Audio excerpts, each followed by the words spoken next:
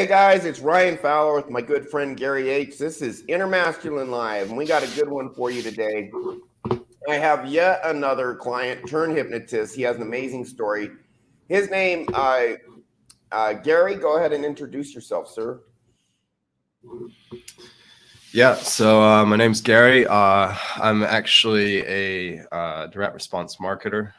That's what I do as a profession. And I've slowly been getting into, we're working together. I'm slowly getting into being a full-time hypnotist / coach of sorts.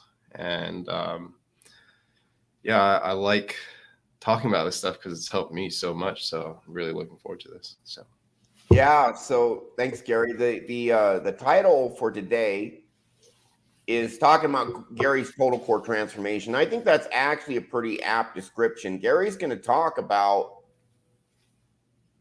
his upbringing, the things he struggled with, how he found hypnosis, what the sessions were like. But really, we're going to dive into, what are we really doing? What are we really changing within people? Mm-hmm. When we go in and do sessions. And we actually every Saturday we're going to start a show. I don't know what the working title is. Inner Game Dude Party, I think. Yeah. I think I have about 6 clients who've taken professional hypnotherapist training. So we're going to have a few of them on every Saturday. We're going to talk about different subjects because I think the time has come for inner game to really be fleshed out and to really have a presence in the manosphere. It's been mentioned, it's been known about for a long time. The inner game is very important, but there haven't really been any effective systems in place to help guys. There's, of course, like the traditional therapies and stuff, but not like, red pill mindset coaches, not just mindset, but just core inner belief transformation coaches to get you, true blue confidence, true blue believing in yourself, believing in your value, giving yourself all the approval and validation you need so that you don't need it from anyone else. So that beta thirst goes away, that one-itis goes away, all the other stuff we talk about in the manosphere, simping, all of that, get your core good and you will naturally not want any of that. Women shit test you naturally just won't care. That's really what inner game is. At your core, just get this core worth and confidence. And so Gary is going to share his story. I've known Gary for, I think we did our session maybe 3 years ago, 2.5 years ago. And we're even working together now. And so Gary, maybe tell us about your background, your struggles, how you became aware that, of your inner world and what needed changing. Let's start with that. Okay. Yeah. So basically how I got into all of this was I joined John MLD's group and I met Ryan Fowler there. I met Ryan. Shout out to John. There. Shout out to John. John's really changed my life.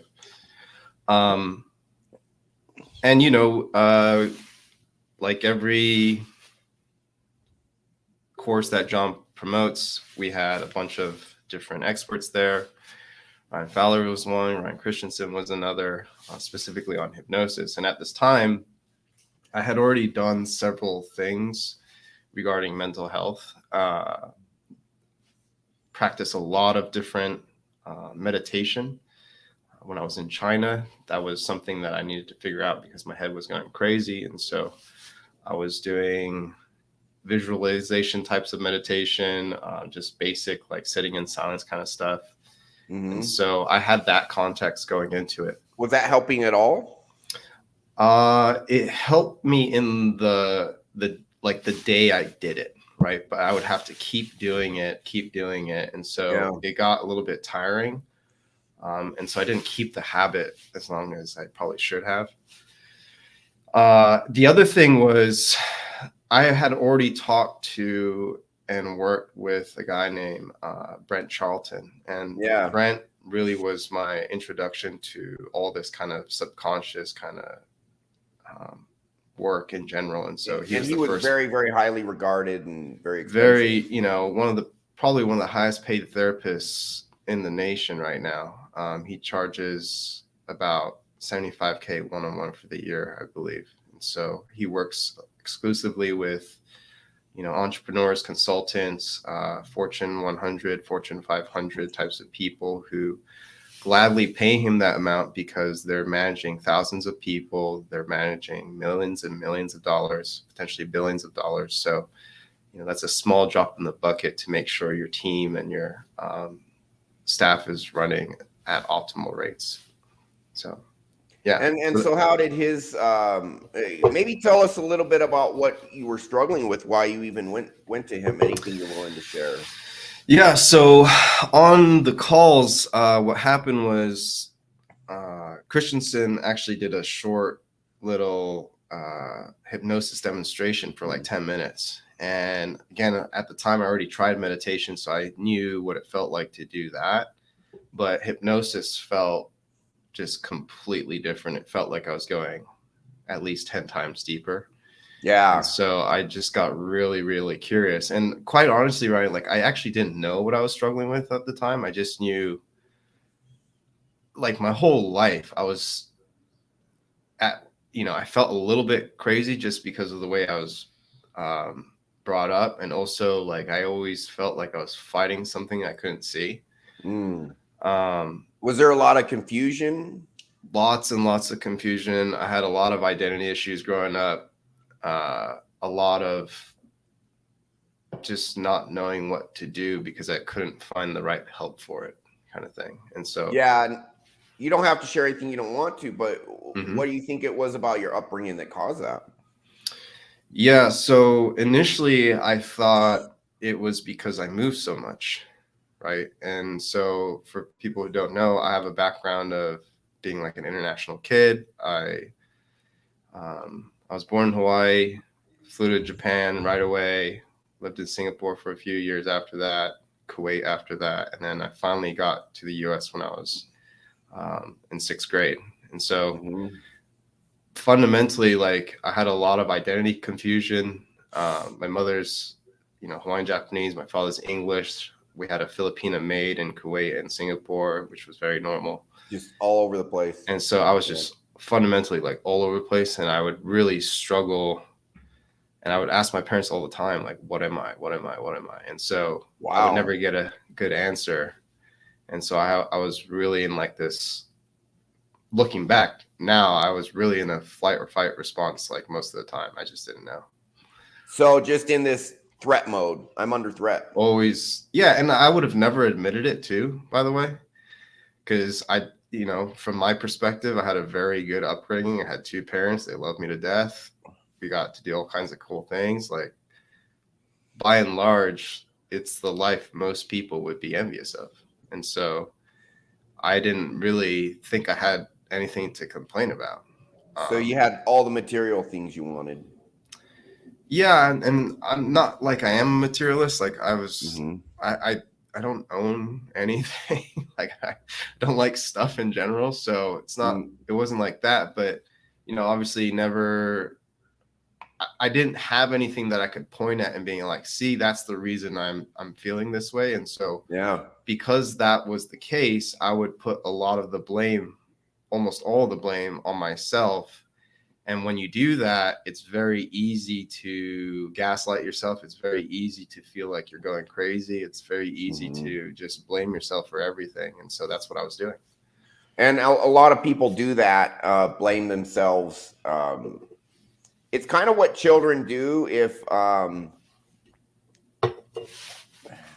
don't know if this applies to your dynamic exactly, but a lot of children, if they're in a home where their parents or bullies or whatever are making them feel not good enough, their choice is either to say, well, it's my parents' fault. They can't do that because we have to idealize our parents, because if our parents aren't ideal, they may not be able to take care of us and we die.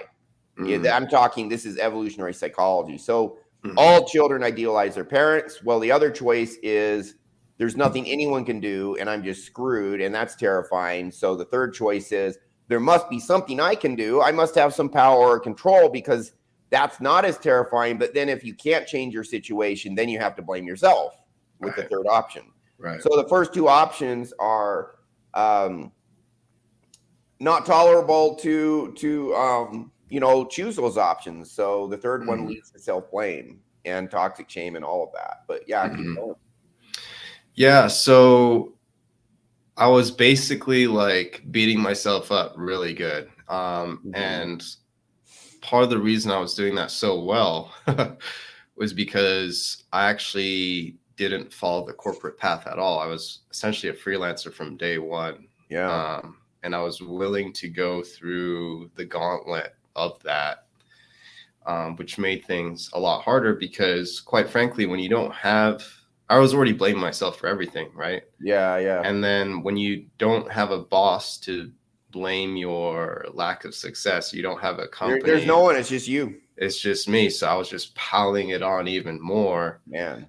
And, by the time I found John's stuff and you and Christensen, like, I was in a really, really bad spot mentally, emotionally, spiritually, and I didn't know what was wrong, quite frankly. So what was your attitude towards yourself? Are you like, I can't do anything right? Are you like, I'm a total loser, I'm messed up, or I'm falling short? How would you describe it? Just classic self-hatred. So just wow.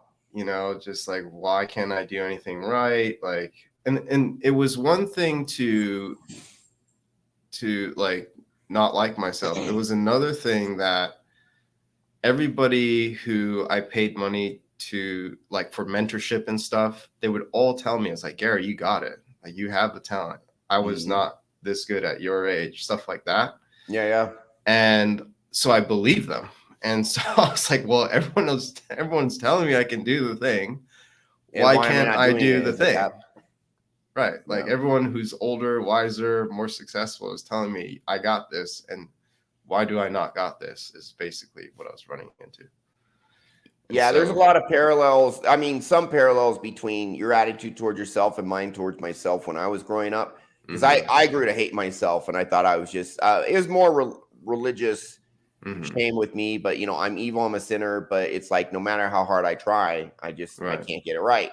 Right. Why not? Other people are doing it. Why can't I? And it led to literally self-hatred. It was the reason for my manic depression. But yeah, keep going. So basically, because Christensen was the one who did the hypnotist demonstration, I signed up and actually did 3 things with him right off the bat. So overeating, some sort of so my weed addiction, and then I think something else on top of that, but I forget now. Yeah, so Ryan Christensen, Hypnosis for Men, he was in the Men's Empowerment Network along with me at the time.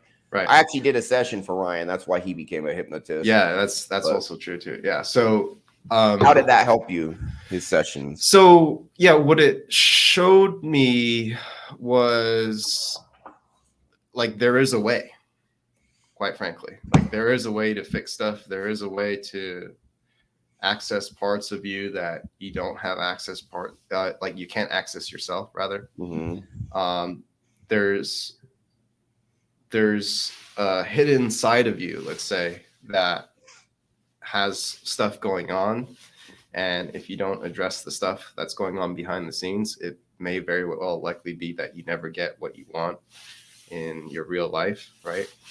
And so that's what that did for me. And then shortly after, I was talking to John a little bit about that experience, and he's like, you know what, you should try Fowler too. And I was like, okay. And so that's really what the conversation was.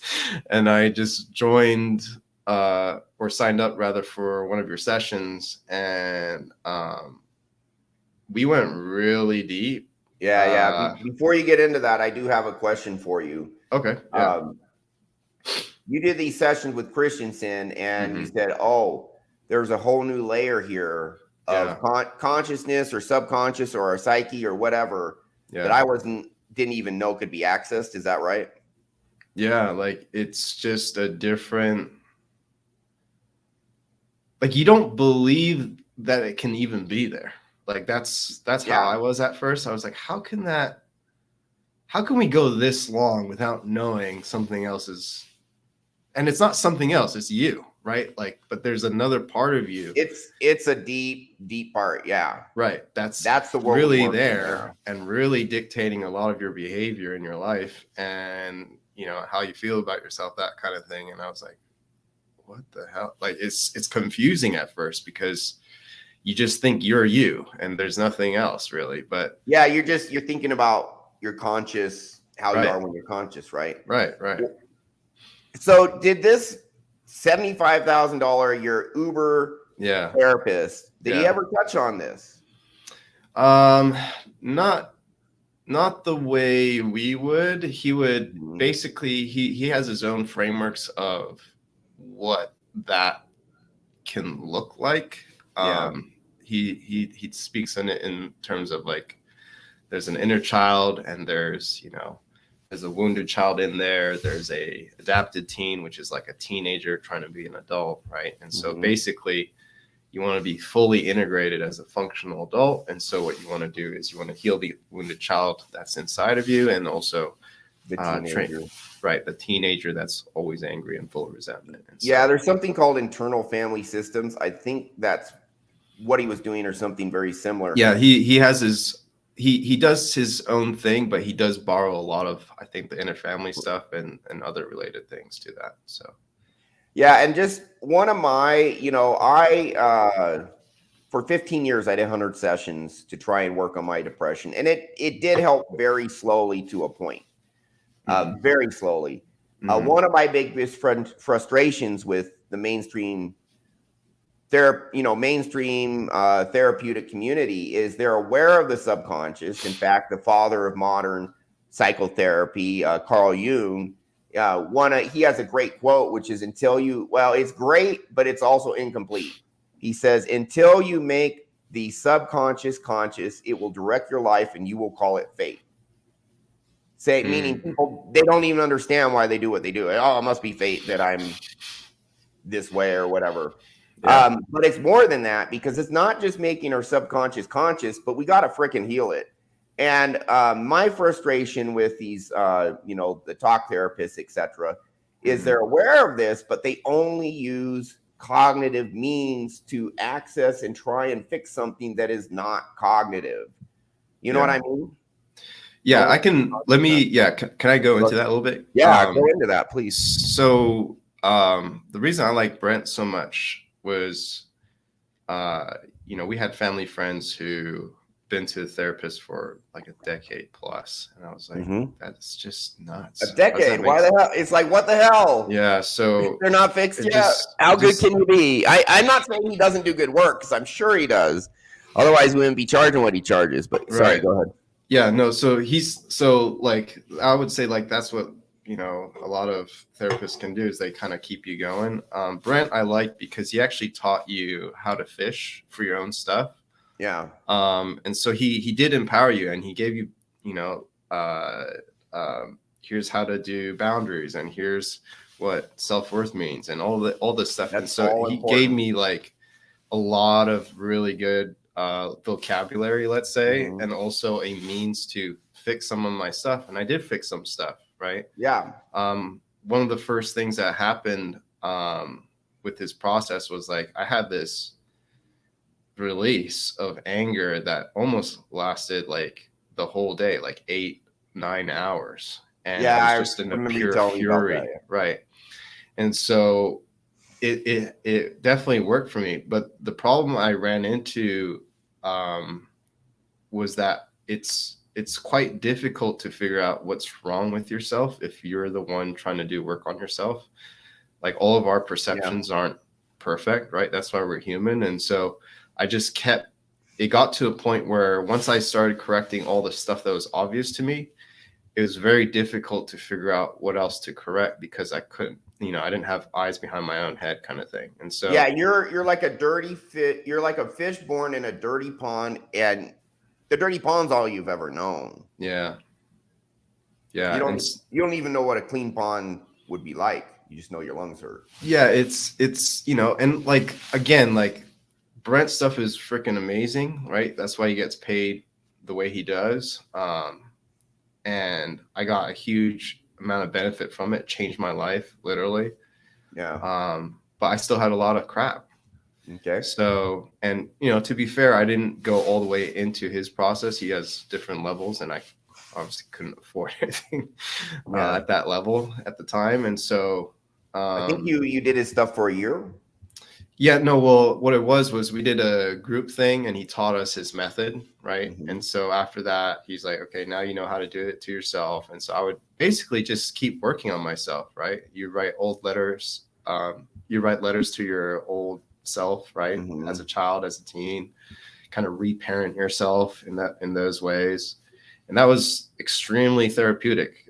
And I had many times where I was crying, and it was a good cry and all that good stuff. I actually still send people to his YouTube because I think he's got a lot of excellent frameworks, right? Yeah. On how to look at all this stuff. So I have nothing bad to say about Brent. Okay, very good. Yeah. Okay, and so you talked to John MLD, and then Right. He said do a session with me, and so we met. And then what happened?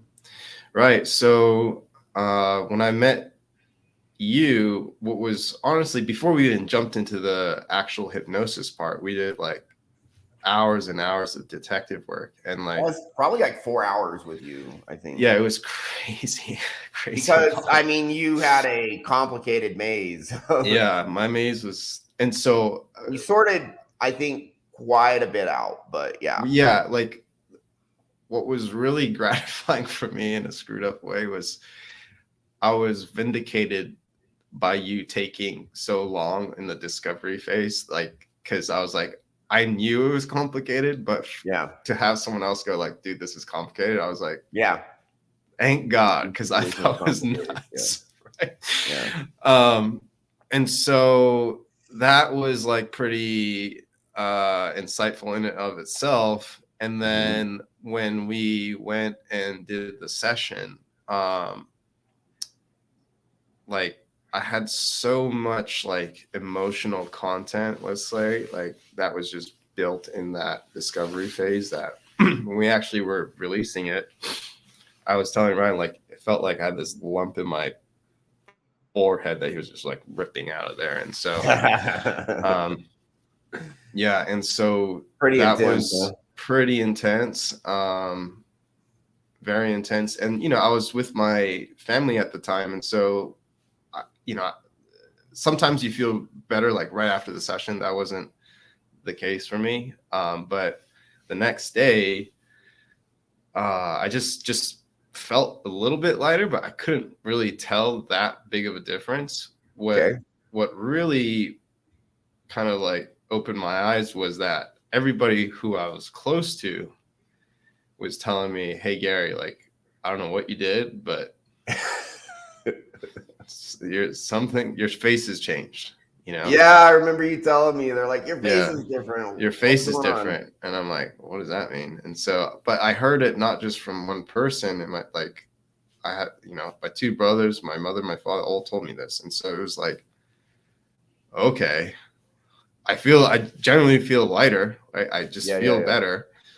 And so that was like a big, cathartic kind of moment for me. And, once I figured out you did like self hypnosis stuff as well, I just caught the momentum and did like 20 to, I think, like maybe like 30 to 40 actually things on myself. Like when someone does a session with me, we do the talk part where we really figure out what's going on so that I can actually go in and kind of like surgically hit the parts that are really making you struggle and get those out and replace it with good programs. And then we do self-hypnosis, and I teach you how to use it so you can do additional work on your own. I do as much as I can in a single session, usually resolve 2 to 4 issues as much as we can. 60 to 100% resolve for each issue is pretty typical. But then the self-hypnosis to get the rest and start removing additional programs. A lot of people are able, I had one guy, 15 to 20 bad subconscious programs removed on his own with self-hypnosis. Another guy, 7, 5, 2. programs on their own. So you listened to the self-hypnosis 30, 40 times, and what happened with them? Yeah, man, it was very clear, like I had a lot of work to do. Like that's what made it. That first really session obvious. was a core change, but yeah, there's layers of onion, and even if the first, one session all the time, people are like massively better, doesn't mean we fixed everything. Yeah. Yeah. We take the worst stuff and start fixing that, and that can be and pretty so transformational, but there's other stuff. Yeah, and it's very insightful too, right? Like when I think I went to you because of anxiety, and then when we actually went into hypnosis, I figured out actually it has nothing to do with anxiety at all. It's to do with the trauma your anxiety doesn't want to trigger. Right. It's like anger and resentment towards people I loved, right? And it was just like, whoa, I didn't know that I had all that in there. And so it made sense later because I realized I couldn't express anger freely, in my family system. We had to move a lot, so I naturally just buried all the anger of moving a lot because I didn't really have a choice. My parents really didn't have a choice at some level. There's basically in my mind no reason to be angry anyway. So like I just kind of buried all that. And so when we did our session, we found a lot of that and got rid of a lot of that. And that's why I think I calmed down so much in the initial session. Yeah, and your energy now is just totally different from before. Yeah, like night and day, dude. So what did the self-hypnosis get out exactly then? Oh, man, it's been a while, so I don't really remember, but like I just put it this way, like the first session we did together, it felt like that huge lump was in my head, right? And I noticed now that I knew what that felt like, I would just kind of like wander through the world. And then whenever I felt that same kind of pressure in my forehead, because I wouldn't, other people get it all around their body and stuff like that. Like, but for me, for whatever reason, it's always like right here. And some people feel something in their neck or their chest. Right. Like I feel neck, like chest, throat, my chest, arms, legs, like everywhere, right? It was always up here for you. Okay. It was always up in my forehead. And so I would just kind of, meander through the world. And whenever I felt that same pressure again, now that I had that awareness, I would just be like, okay, that's something I got to deal with. Like, and so I would just deal with it. So would you do self-hypnosis to deal with it or mindset stuff? What would you do? It was exclusively self-hypnosis to deal with a bunch of that. Yeah. And so with the self-hypnosis, just resolve it slowly, or were there different issues you could come up and 1 or 2 or 3 would resolve it all and you're on to the next issue, or what was it like? Yeah. So it was more like, again, these weren't as big. Right. And so these are smaller programs, smaller. Yeah. And so like I would be able to.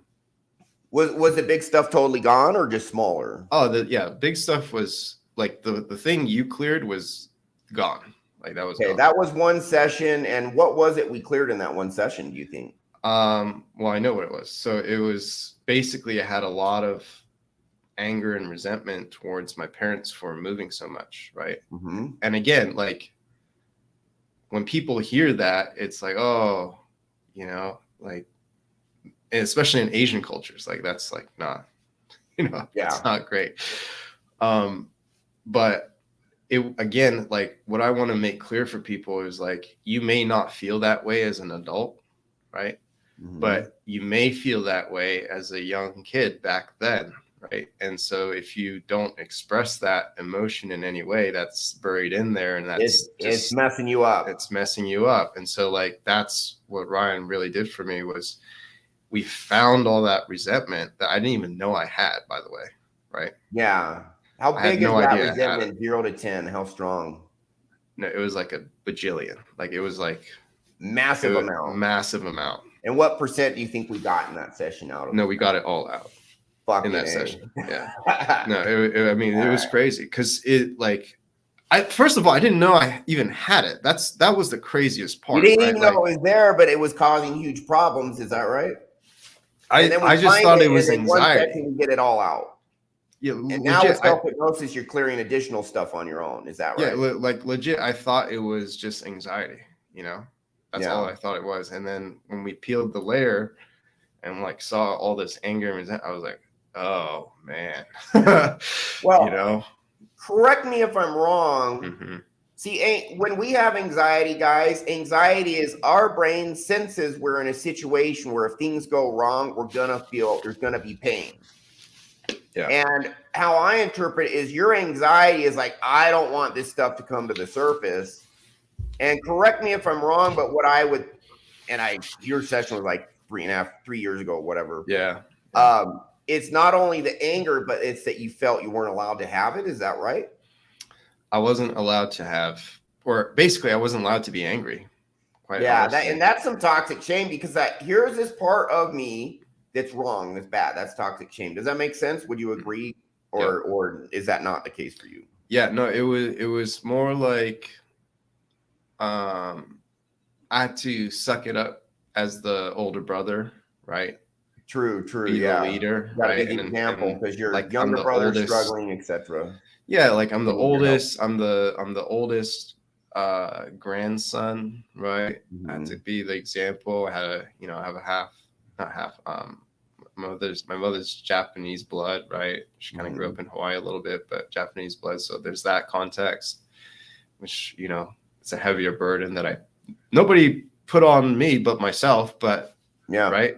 I put it on myself because I thought it was the right thing to do, kind of thing. And so our trauma comes from how we interpret things as children. Things happen to us, we interpret it a certain way, and that can turn into a painful subconscious program or interpretation.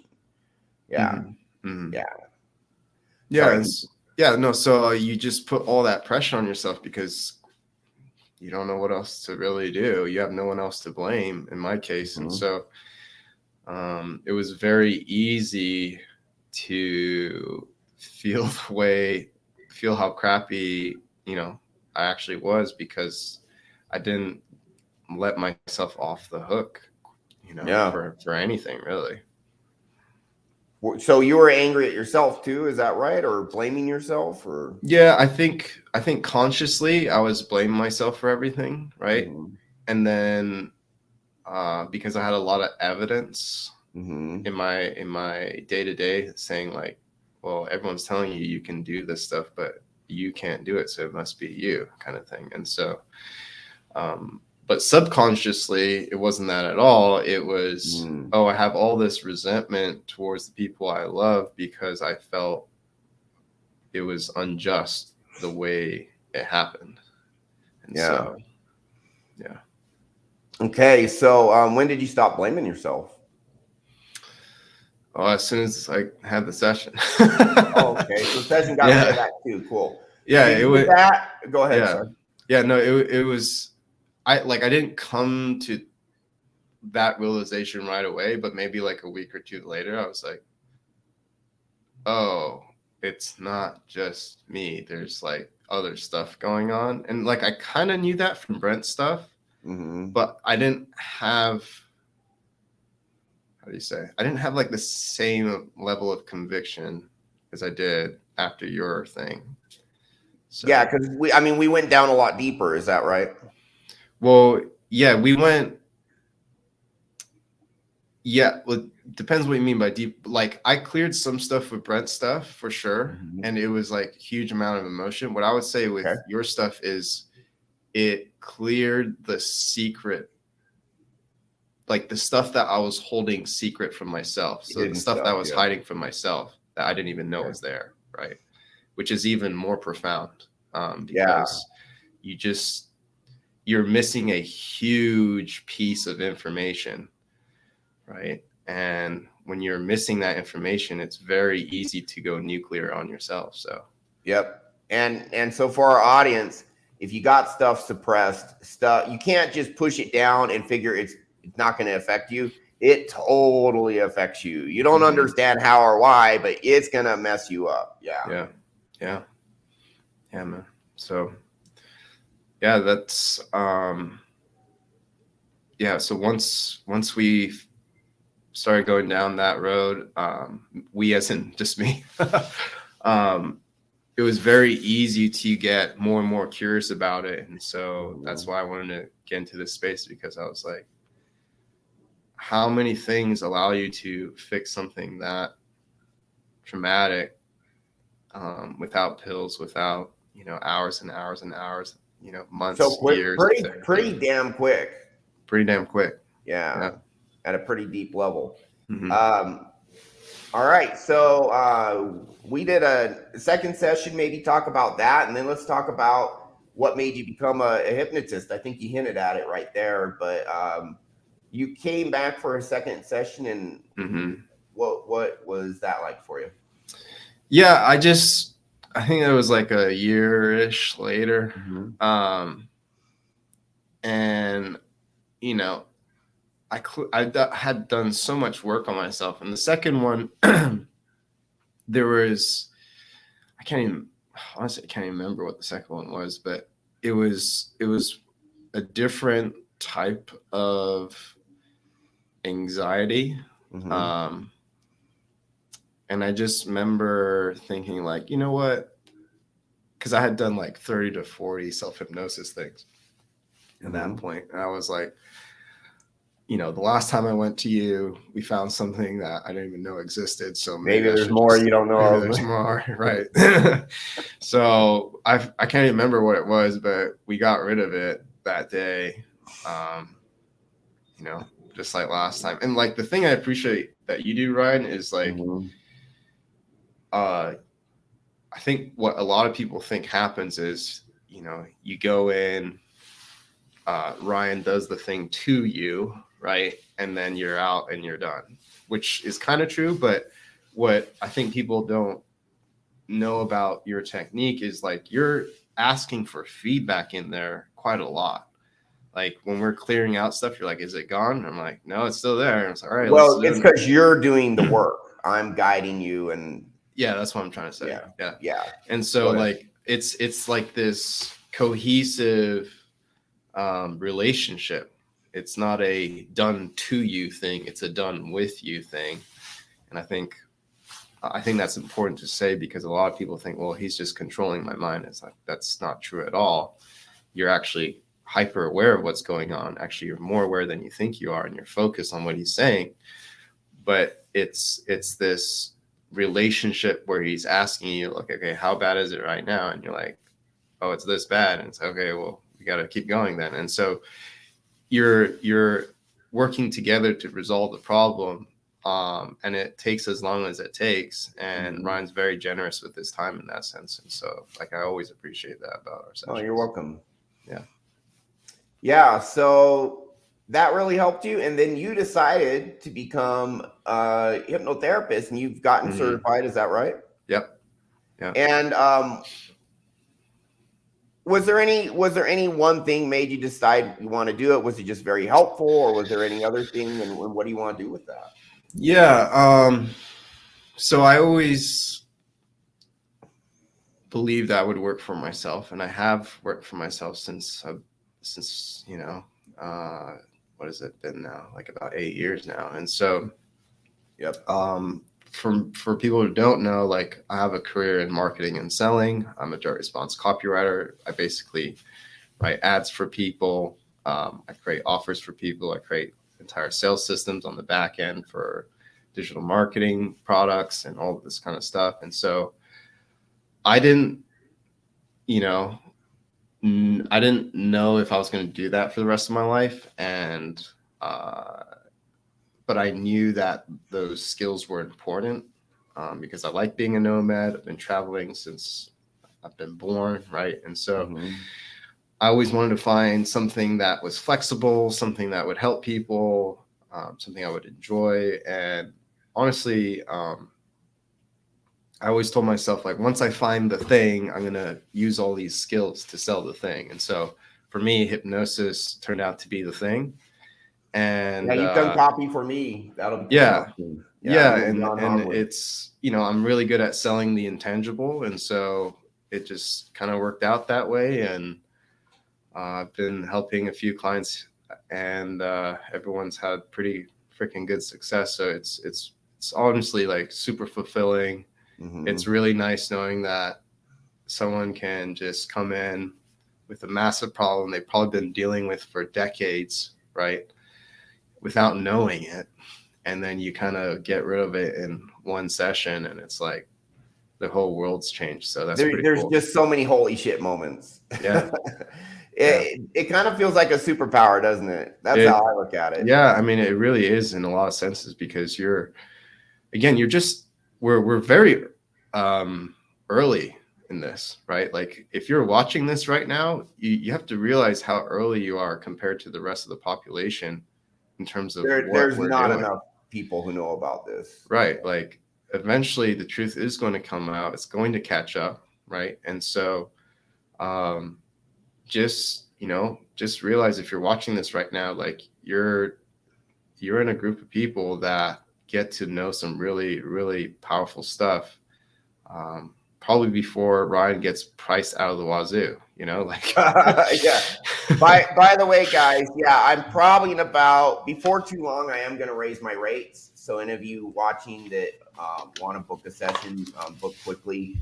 Just FYI. But I always want to keep some sort of option affordable to people. So because I want to help people. So if someone wants to contact you and reach you, how can they do that if they want your services, Gary? Yeah, so I'm still I'm working on making this full time. So I still just use my marketing email for now. So it's just my first name, Gary, Gary, at greenkitemedia.com. It's kind of like you're flying the kite, right? greenkitemedia.com, and just reach out to me and be like, hey, I want to talk about hypnosis with you, and we'll just go from there. Yeah, and you're going to be with me tomorrow on Inner Game Dude Party, working title. I think it's going to be awesome. Insert cool title. That's what we're doing. Insert cool title here. Yeah. I do think we are at the beginning of kind of just the men's inner game movement, and ultimately it's just going to benefit all humanity. Like, I do sessions for women. I mean, 95% of my sessions are guys. I do it for women. It helps them massively too. I mean, this is something that really needs to get the frick out there. I quit my very high paying job where I work from home. I was independent. I can live anywhere in the world, was living a great life. I quit that to do this full time because, good grief, it's just like, humanity needs this, man. People are struggling, and it's like, we know we don't fix everything, but people come to us with a massive issue. That massive issue they dealt 20, 30, 40 years with, 60, 80, 100% gone, one session, permanently gone. And maybe we get 80%. Self-hypnosis, boom, within 2-3 weeks or whatever, the rest of it's gone. It's just like crazy. It's like, we got to get this out there. And I think it really speaks something. I have 6 clients, and then one friend, I did a session for his wife. He's become a hypnotist too. It's telling you something when you see this many people discover this and then say, oh, I'm going to get some training. I'm going to do this too. I mean, that's a real testimony. And Inner Game Dude Party tomorrow, everyone on the show is hypnotist, recent. Like, I did this on myself 10.5 years ago. I turned pro 4 years ago. Everyone else you got certified a year or 2 ago. It's people at the tip of the spear here. This is important. I got to get certified. And it's not just a lot of, how would I put it? Hypnosis is a powerful methodology, but we do things a certain way, Gary, where we're really working on the core stuff. A lot of hypnotists they don't even know. You come to them and say, I want to stop smoking. They work on that. But really what we're working on is like some really core foundational stuff that makes a massive difference across the board. Would you agree? Yeah, it's so I like to make the distinction. When you go to hypnosis school, right, what they teach you is like, all right, you have to suggest stuff. And so it's like, it's what I would say, it's like a telling model, meaning like they tell you how to feel. They tell you what you should believe. They tell you what your identity should be and all these things. And like, while that's cool, most of us know, like, nobody likes to be told what to do. And so there's in my opinion, you're creating like this adversarial relationship with your subconscious right off the bat, which I have people say it themselves. I'm like, tell yourself this, and then they're telling themselves, and their brain's like, well, he's saying it, so it's cool. So it's fundamentally you're not doing that, right? With what Brian's doing. What you're really doing is you're going after like the really dark, really core beliefs about yourself that you most of the time you don't even want to admit about yourself, right? And I would argue like the reason you don't want to admit those things is because you've never had a way of actually fixing those beliefs, right? You've never had a solution to actually changing how you actually feel about yourself. I searched for a long time for the solution. Nothing else. So of course you don't want to look at those things because you never had an option to fix them. And what we're saying is like, you have a way to deal with these things for maybe the first time, you know? And so I really, if you're watching this, you're already doing the right thing. I think you should like just keep watching, just educate yourself, do your own research. Like we're very, I think all of us in this space are really confident about what we're doing because a lot of us have done the research. A lot of us have tried. I mean, Ryan, you've done how many things before you found this, right? I did 100 normal therapy sessions, and I was just looking for all sorts of different things, meditation, whatever. And meditation can help with a lot of awareness and get you grounded. And here's one thing I've discovered, like self-talk. I'm big on self-talk and all that stuff, but if you're feeling crappy and you do like a reframe, well, I feel this way, but let's look at it this way. That is better way to look at it. Or let me just, forgive myself in the moment or talk myself up. It all helps, but it's a temporary fix. It's a Band-Aid. When the wound comes to the surface, you're putting a Band-Aid on it. And it's partially effective. And the treatment I had partially fix my subconscious at maybe the medium to shallower level, maybe a little deep down, but not much. Meditation, same thing. It is kind of a daily maintenance thing where it helps you day to day, but it's not going down and fixing. I'm sorry, I don't care what anyone thinks. Meditation does not go down and fix your deep issues unless it's like a specific guided meditation, which is really what we're doing, So we're talking about fixing the deep down core stuff. And okay, I will say EMDR. Most EMDR practitioners honestly suck because if you really learn EMDR, I've met a really good EMDR practitioner. I did a session for him, and we compared notes. We talked for a few hours comparing notes. It was interesting. He said what I did was almost identical to what he does. EMDR, if you take proper training, which is actually almost a year of training after you get your master's degree, that's what he did in psychology. EMDR can be every bit as effective as what we're doing. It's a little less flexible. Like it's harder. You can do it remote, but it's harder. And you can do self-hypnosis, but self-EMDR is very limited in what it can. You can't go really deep with self-EMDR. Yeah. So I will say, when EMDR is done right, and most practitioners don't do it right, but a really high-level EMDR guy can help just as much as we do. Psychedelics can be very helpful as well, although you're taking a pill. You're not going in and doing like targeted surgery like we do. You're not like going to a root issue and then healing it.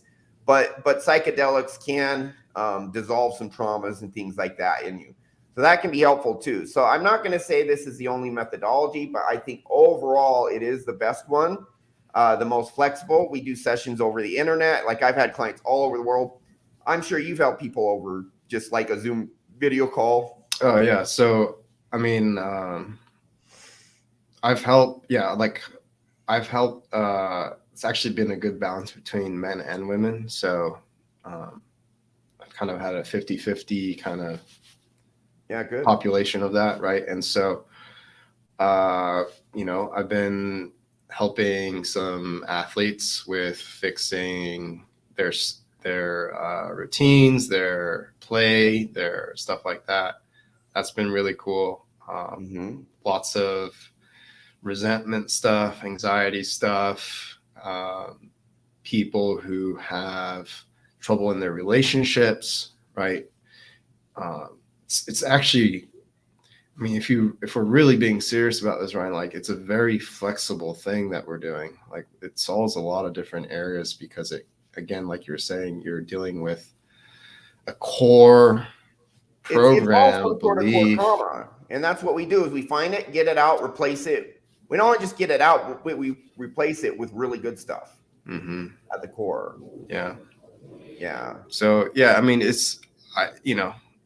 I tell people like just be curious, just be curious and courageous about what this is, and it will serve you really well in this. And I think, especially if you know you're dealing with something right now, like just understand that you probably don't believe how much better you're going to feel once you actually get some of this stuff out and kind of move through the world this way. And so I wish, I'll have to find some like old video of me where I'm like anxious out of my mind. Right. But yeah, your old energy was way different. Yeah. I have some stuff online for me. If you go to my old day job website, pfshield.com, you click on the videos, you'll see videos of me before I healed my core. My energy's so much weaker than now. I'm like kind of this timid, I don't want to offend you type of guy. Just like beta nice guy. Yeah. Yeah, man. I mean, I had a lot of that too. So it's, I think again, like I'm just going to keep hammering this home. Just stay curious, stay courageous. Know that a lot of people aren't going to hear this message that we're putting out because they don't want it to be true. And that's fine. Like they have their own timing. But if you're still watching this and you're still curious about what we're doing, just keep watching, that's all I can say. All right. Thank you very much, Gary. And I've only been doing this show about 2 weeks, so I'm still kind of learning and growing, improving. You see in my my tag, it says innermasculine.com free ebook. That's a link to my website. I am coming out with an ebook. Just get on the waiting list now. And it is actually going to explain the fundamentals of your subconscious mind that you can actually see operating in your life. And it's going to give you guys a lot of clarity. Like, why do I have anxiety? Why am I stuck? Why do I self-sabotage? Why am I struggling this way, that way? Why am I so angry? Etc. The ebook, the link's right there, innermasculine.com free ebook. It's going to explain these fundamentals to you so you get a lot more clarity and actually understand why you're stuck, etc. How your subconscious is working and affecting your life. So there's that. We're doing Inner Game Dude Party tomorrow with Gary, I believe Jordan Kurtz, Brendan Caldwell, all Client-Turned-Hypnotists. I think Tim Costello, also my good friend, might be on. So that's what we had for today. Is there anything final you want to tell our audience, Gary? Yeah. So I'm getting all my ducks in a row. I will have a website up within the next 2 weeks. I will have an email attached to that. We'll have a book coming out. I'll do the copy relatively soon. Yeah. And so just be on the lookout for that. You're going to see me a lot more often, kind of thing. I'm going to have my own channel going up relatively soon too. So we're making this, we're trying to make this as mainstream as possible, right? And so just stay curious, man. Just keep watching, because I think once you start to have a good understanding of what this actually is, and how much it can benefit your life, you put it this way, especially if you work for yourself, right? Yeah. I'm going to can I go on a bit of a rant? Because I like, this is really. Yeah. I do say whatever you want to say. I do want you to maybe tell us how much better your life is now too, but go ahead. Yeah. Okay. So we've heard about all your trauma. Let's say where you are now, but go ahead and do your rant first, and then we'll. Yeah. So my rant with all this is, guys, if you work for yourself at any capacity, so you're in a commission-based job, you're a salesman, you're a freelancer, you're an entrepreneur, you're a consultant, if you're any of those, or even if like your decisions matter, right? Like at some level, there's high stakes decisions, or you just want your life to be a little bit smoother, a little bit less chaotic, you'd be crazy not to look at this stuff. And the reason is you actually have no idea what's wrong with you. Let's be real. Like, you've built a story as to why, right? And again, this is like me talking to my old self. You've built a story as to why you think you're feeling the way you're feeling, but in reality, you actually don't know what's going on, you know? And because that's the case, you're going to keep beating yourself up. You're going to keep labeling yourself that basically you're going to label yourself as something that's not even true, because you don't even have all the information yet. And so I get really passionate about this stuff, obviously, because it's helped my life so much. It's helped so many of my relatives and like close friends. And like, I've been putting people through this and being very aggressive with, you know, getting them the help they need, because you see I big know changes with them. Yeah. And it's like, man. Why wouldn't you want all your family and friends and people you love to feel a lot better day to day? And so what I'm trying to say is, like, if you guys do work for yourself at any capacity, you should really, really consider this, because you and I both know that if your head's not right, if your mentality's not right, if you're spiritually not there, if you're emotionally a little bit chaotic, that's not just going to affect your day to day. That's going to affect your business. That's going to affect your money. That's going to affect your relationships. It's going to affect all those things. And you know it, right? You just haven't been able to admit that, because admitting that is really, really scary.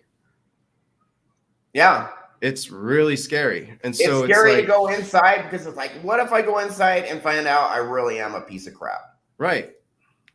And that's fine. Like, you that's never fine. find that. You never find that when you go inside, but that's the fear. Yeah, that's the fear. And so that's fine, right? And so when you're on the other side of these things, like both Ryan and I are, you kind of look at people differently, because you've just fundamentally a lot of struggling everywhere. You just feel sorry for them, because you're looking at them and you can see the stuff. Like, you can see it in their face. You can see it in their body language. You can hear it in their tone of voice and how they express ideas about themselves and other people. And I like walk through this world and I'm going, oh my goodness, like, everybody's you don't struggle with that shit. Not anymore. Right. And I just, your life is perfect. Our life is not perfect, but there's so much we don't struggle with. We don't struggle with.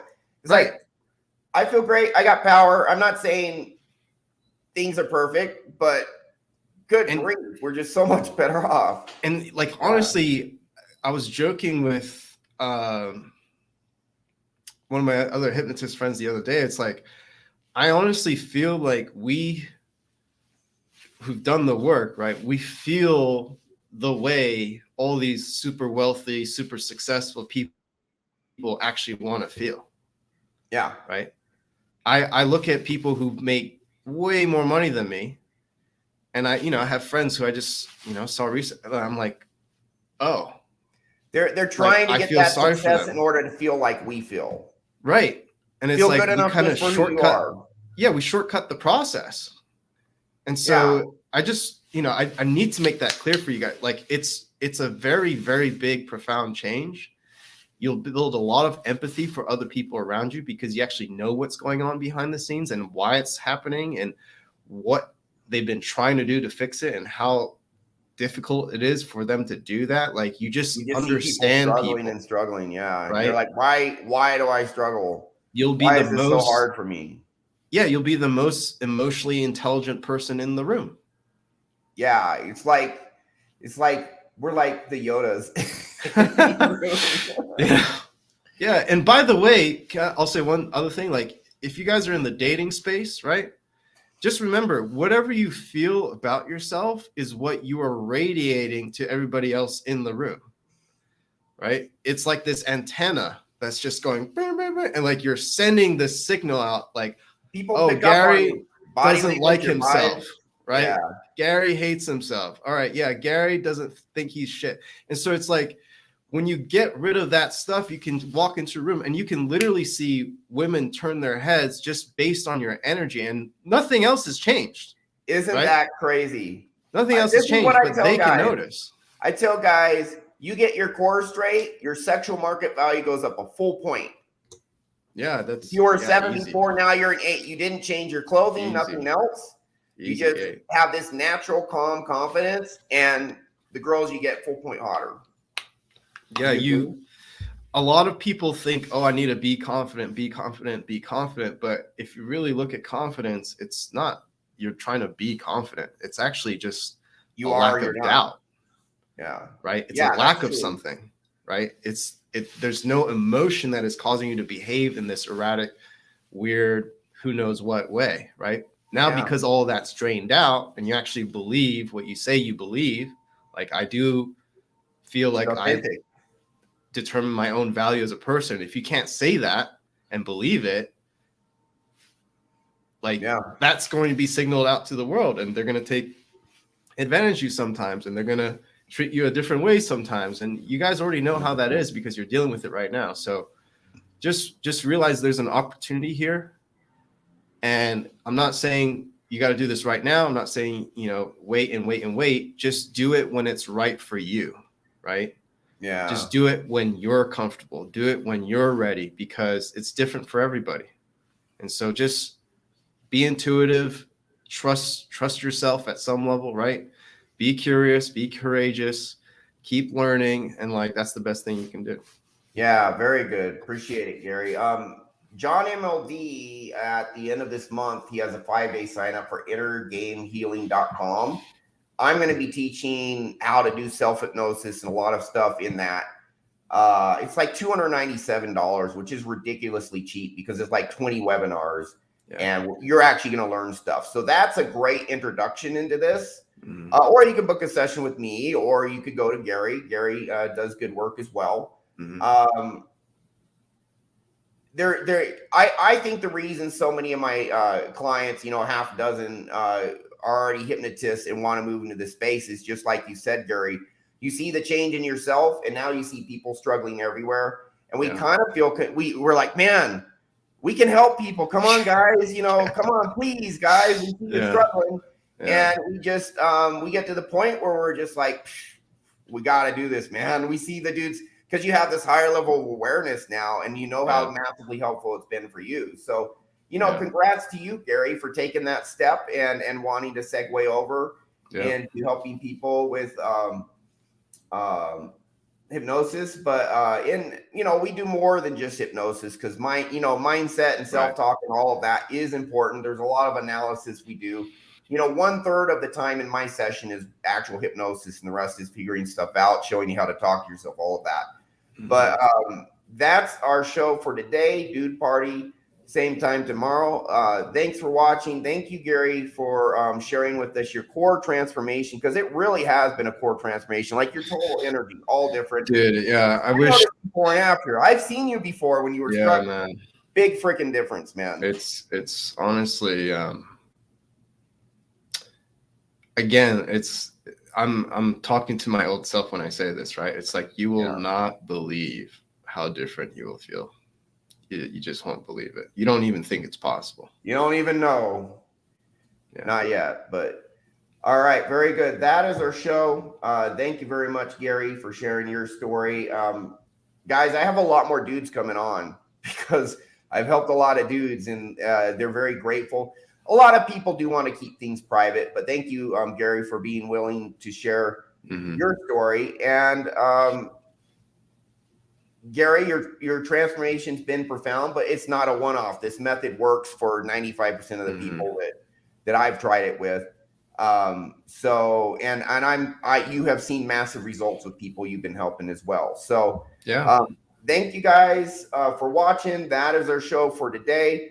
I appreciate you, Gary, and I intend to continue a long friendship with you, my man, because you help me too, man. We're helping each other. It's all good. No, we're gonna make this big, and I think people will look at this video one day and be like, "Oh, that's how it started," There you go. We're on a mission to change the world, and I am not kidding when I say that. Just remember, guys, that's our show for today. But remember, you have more power than you know.